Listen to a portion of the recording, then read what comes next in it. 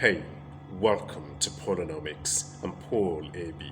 In this recording, I will be continuing with my reading from the Competitive Africa series. As a matter of fact, I'll be reading and highlighting critically important points from chapter 2 of the book, which I entitled Globalization, Africa's Place in the New Global Economic Order. This chapter was written in the thick of the coronavirus pandemic in early 2000.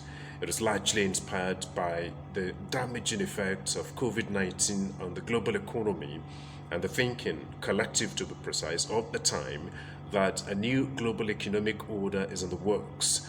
Got me thinking of the need for Africa to seize the moment to negotiate a place for itself in the new global economic order.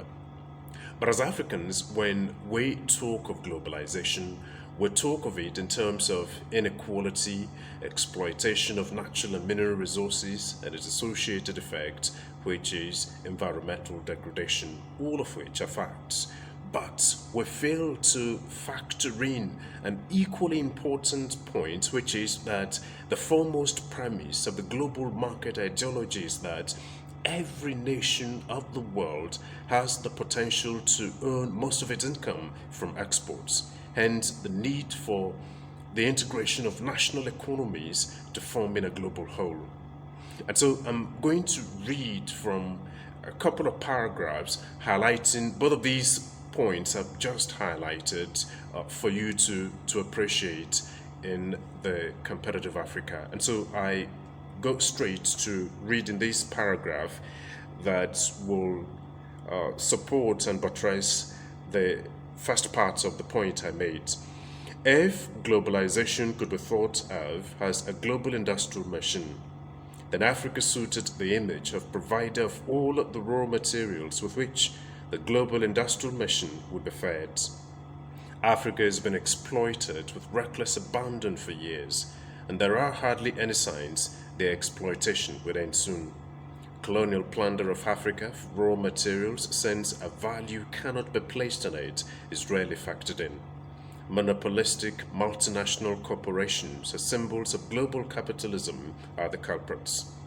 On a global scale, Africa's resources have been extracted to feed the insatiable hunger of the global machine, and the cost of resource extraction has the destruction of the environment.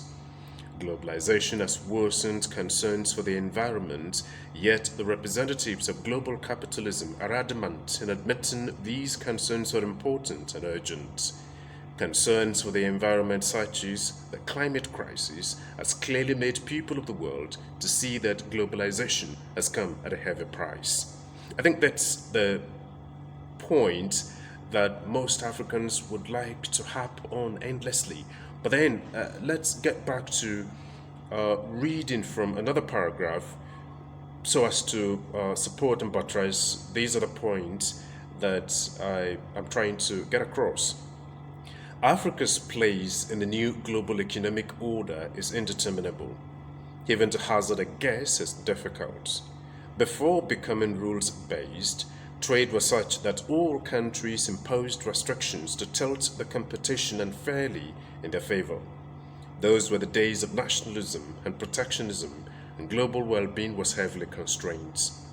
As elements of a closed system, nationalism and protectionism stunted global progress until America, compelled by post-World War II realities, rallied the world for an open system and liberalized trade.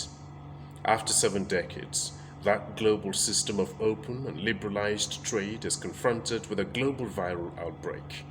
The dire warning from the global financial institutions over the impact of coronavirus is that an entire decade can be lost to the pandemic if the global response is not successful or not adequate.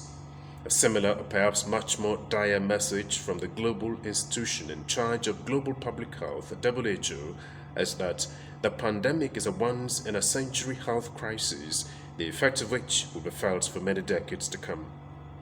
In light of this, a reset for globalization becomes inevitable.